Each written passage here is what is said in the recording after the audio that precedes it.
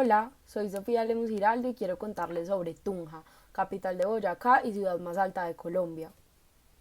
La historia de esta ciudad es la síntesis del desenvolvimiento histórico de la cultura colombiana e hispanoamericana, pues en su esencia se encuentra el pluralismo cultural en donde convergen las tres formaciones históricas culturales, la aborigen, que sería la chipcha, la hispánica colonial y la república, que ya es la propia colombiana después de la revolución de la independencia.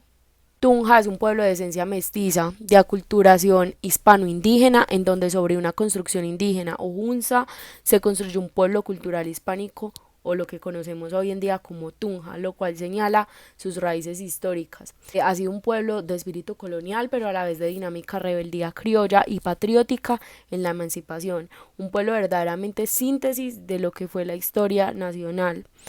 El origen del nombre de Tunja viene de Hunza o Chunza, que significa varón prudente. El nombre de esta ciudad está también ligado a Hunzahua, el primer saque oriundo de Ramiriquí, que tenía el mayor poder en las tierras boyacenses. Hunza indígena fue la primera formación histórico-cultural de Tunja que tuvo vigencia hasta milenios de años con el pueblo chipcha o muisca. La Tunja hispánica, que es la que conocemos hoy en día como la primera organización urbana que hubo en el territorio, fue fundada hace 482 años, el día 6 de agosto de 1539, por el capitán Gonzalo Suárez Rendón, con un grupo de españoles de su hueste sobre los antiguos bohíos de la Hunza indígena, como ya lo mencioné anteriormente. Allí se levantaron las casas de los primeros pobladores, los templos y los conventos. Esta fundación hispánica lleva en su esencia aquellas fuerzas espirituales y materiales que sus hijos y residentes le han transmitido con creatividad, pensando siempre en el progreso y desarrollo. Para el acta de fundación, que se hizo en un cuero de venado, se eligió a don Domingo de Aguirre como escribano de Tunja. Esta acta fue llevada posteriormente al primer libro de actas del Cabildo, que se conserva en el Archivo Histórico Regional de Boyacá. La ciudad tuvo un modelo típicamente castellano. En algunas mansiones siguieron el modelo de andaluz de la tierra de Suárez Rendón. El diseño arquitectónico original de Tunja está plasmado en el plano de la ciudad diseñado por el arzobispo Fernando Arias de Ugarte en 1623 y conservado en el Palacio Arzobispal. En este primer diseño aparecen 13 iglesias de las 14 iglesias coloniales, 6 conventos y grandes mansiones de caballeros españoles de estilo plateresco y renacentista, con escudos españoles ostentando el mayor número de ellos en toda América hispánica, lo cual demostraba la jerarquía de gobernantes y encomendadores, jueces, procuradores y cabildantes. La arquitectura civil y religiosa, la ornamentación y las obras de arte son la más importante muestra del Renacimiento, del manierismo, del barroco y del mudéjar más rico de la época hispánica en Colombia. El libertador de América, el general Simón José Antonio de la Santísima Trinidad Bolívar Palacios Ponte y Blanco, la llamó Tunja, ciudad heroica y taller de la libertad. Fue la capital de las Provincias Unidas de la Nueva Granada, sede del Congreso en los años del federalismo en la Primera República Granadina y gran admiradora del libertador Simón Bolívar, a quien apoyó en la campaña admirable en los años 1813 y 1814. En Tunja recibió el libertador el título de ciudadano granadino y fue ascendido de coronel a general. Básicamente la expansión urbana de Tunja inicia justo después de su fundación en 1539, cuando se establece la Plaza Mayor, el solar para la iglesia y los edificios públicos en el marco de la plaza.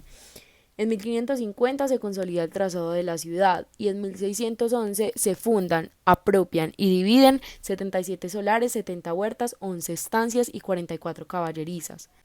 Posteriormente, en 1616, se erigen las dos parroquias que albergaron a la población mestiza e indígena a lo largo del periodo colonial, Santa Bárbara al suroccidente y Nuestra Señora de las Nieves al norte.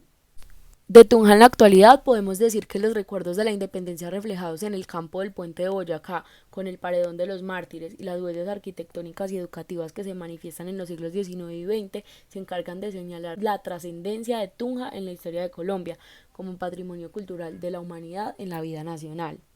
Esta culta ciudad se ha distinguido siempre por el desarrollo en su educación con importantes colegios, 132 instituciones educativas tanto privadas como oficiales y 10 universidades tanto públicas como privadas. Hacia comienzos del siglo XX aparecen las tertulias, centros literarios y de letrados y personalidades de la élite de la ciudad. Los literarios intervenían en actos públicos y sociales, algunos eran humoristas en los carnavales, otros eran los oradores líricos en las noches de coronación de las reinas y otros sobresalían como escritores en los comentarios de la prensa. Los aspectos más destacables y característicos de Tunja en la actualidad encontramos el Centro de Historia de Tunja, que hoy es la Academia Boyacense de Historia, fundada por Cayetano Vázquez, nieto del prócer tunjano José Cayetano Vázquez, y un grupo de historiadores y letrados tunjanos que se unieron a este centro creado en 1905 como filial de la Academia Colombiana de Historia. Participaron con ellos el historiador Monseñor y doctor Cayo Leonidas Peñuela, quien fundó en 1912 la revista Repertorio Boyacense, principal medio de expresión de la institución.